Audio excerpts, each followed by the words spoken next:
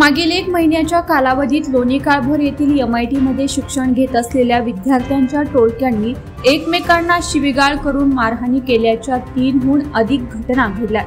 या घटना घडलेल्या असतानाच आता विद्यार्थ्यांच्या टोळक्याने तिघांना दगडासह लाठीकाठीने कपडे फाटेपर्यंत बेदम मारहाण केल्याची घटना घडली।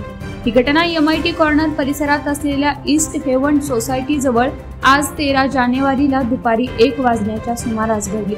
वारंवार होणाऱ्या अशा प्रकारच्या घटनांमुळे परिसरात दहशत निर्माण झाली।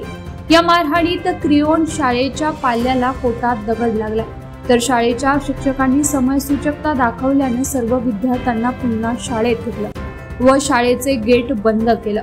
त्यामुळे सुदैवाने या मारहाणीत लहान विद्यार्थी सापडले नाहीत। या वारंवार होणाऱ्या भांडणांमुळे नागरिकांमध्ये भीतीचं वातावरण पसरलंय।